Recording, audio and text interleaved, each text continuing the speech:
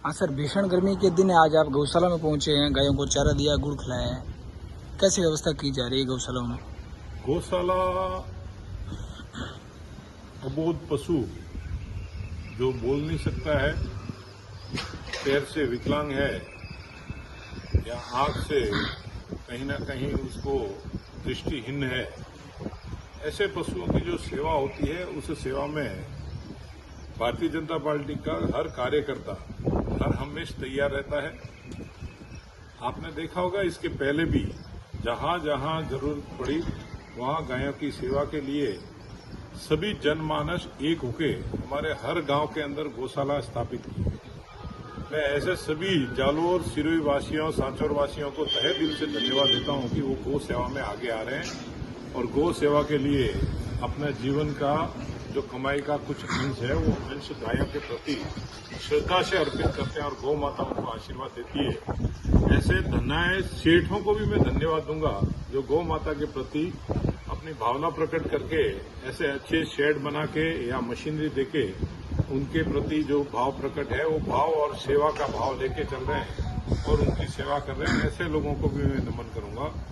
मैं बहुत तहे दिल से धन्यवाद दूंगा पथमेड़ा गौशाला को, परम पूजनीय बाबूजी दत्त चन्नानंद जी के तत्वाध्यान में और उनके मार्गदर्शन में जो गौशाला चल रही है, जिसमें बीमार पशुओं की जो सेवा हो रही है, ऐसी सेवा जो शायद अपने माँ बाप की लोग ना कर पाए वैसी सेवा वहां पे गौ माता की कर रहे हैं। और यहाँ पे सम्मान्य पृथ्वीराज जी के माध्यम से इसका निर्माण हुआ।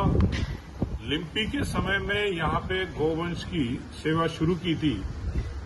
मैं उस टाइम पे भी यहाँ पे आया था, व्यापार प्रकोष्ठ के हरीश भाई और हम सब साथ में थे। तब भी मैंने एक मेरी जिज्ञासा प्रकट की थी कि क्यों न व्यापारी बंधु सब मिलके हम लोग यहाँ पे जो गौवंश बीमार है और यहाँ पे एक्सीडेंट में जो गौवंश रहते हैं उनको हम यहाँ पे लाके सेवा करें और उसके बाद में पथमेड़ा से हम बातचीत करें और पथमेड़ा उस गौवंश को रखे।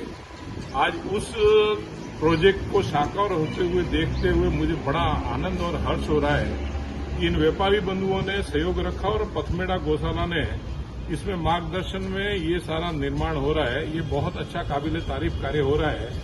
जो सपना हमने उस लिम्पी रोग में गौ माता के प्रति देखा था वो आज सपना पूर्ण होने जा रहा है। ये बहुत अच्छा बात है और मैं यहाँ के जो ग्वाल बंधु है उनको और हमारे बाप जी को और सबको मैं तहे दिल से धन्यवाद दूंगा कि ये लोग उस सेवा में लगे हैं। सर, ये बमसा के द्वारा गायों के लिए बढ़िया शेड यहाँ तैयार करा, उचित व्यवस्था की जा रही है। बताया जा रहा है कि अधिकारी के द्वारा इसे हटाने की भी बात कही जा रही है गौशाला को। मुझे अभी जब मैं यहाँ पे पहुंचा तभी मुझे ये समाचार मिला कि यहाँ के पंचायत समिति द्वारा ऐसा शायद इनको फोन आया था और इन्होंने उस बारे में चर्चा की कि पंचायत समिति ने कहा कि यहाँ पे ये जगह आप खाली कर दो, मैं बुलडोजर से तोड़ दूंगा। मैं उस पंचायत समिति की वीडियो से निवेदन करना चाहूंगा कि अगर तुम्हारे में हिम्मत है और तुम्हारे में अगर इतनी दम है तो जो पंचायत समिति की दुकानें जो शहर में बनी हुई है जिसकी रेंट कई सालों से नहीं आ रहा है, पंचायत समिति की जो जगह कई सालों से दबाई हुई पड़ी है, अगर तुम सही मायने में ईमानदार अधिकारी हो और सही मायने में पंचायत समिति और गवर्नमेंट के हितार्थी हो तो उनका भाड़ा वसूल करके पहले दिखाओ और जो दुकानों पे कब्जा है उन दुकानों को खाली करवाओ।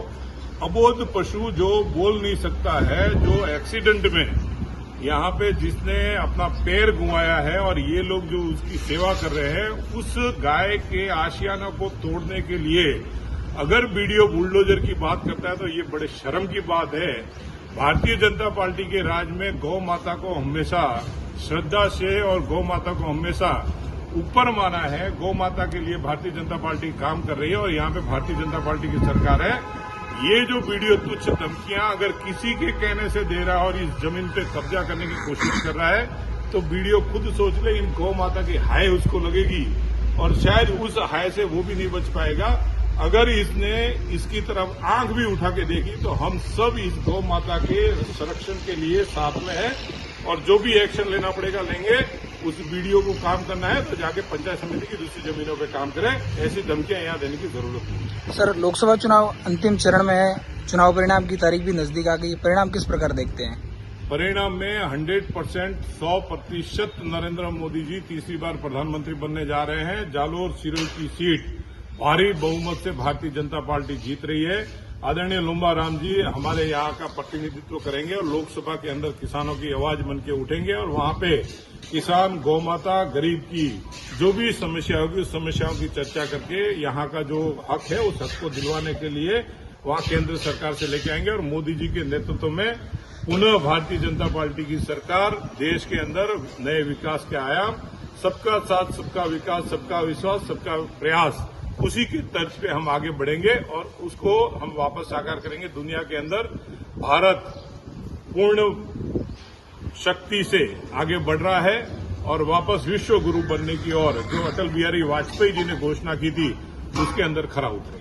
राज्य की भाजपा सरकार पेपर लीक को लेकर बहुत सख्त है। इन दिनों सांचौर में भी एक सूची वायरल हो रही है। आईजी पाली के द्वारा सांचौर एसपी को निर्देश दिए गए हैं। उसमें कुछ ऐसे लोगों के नाम है जो वर्तमान विधायक, पूर्व विधायकों के निजी सचिव रहे। क्या उन पर भी कार्रवाई होगी?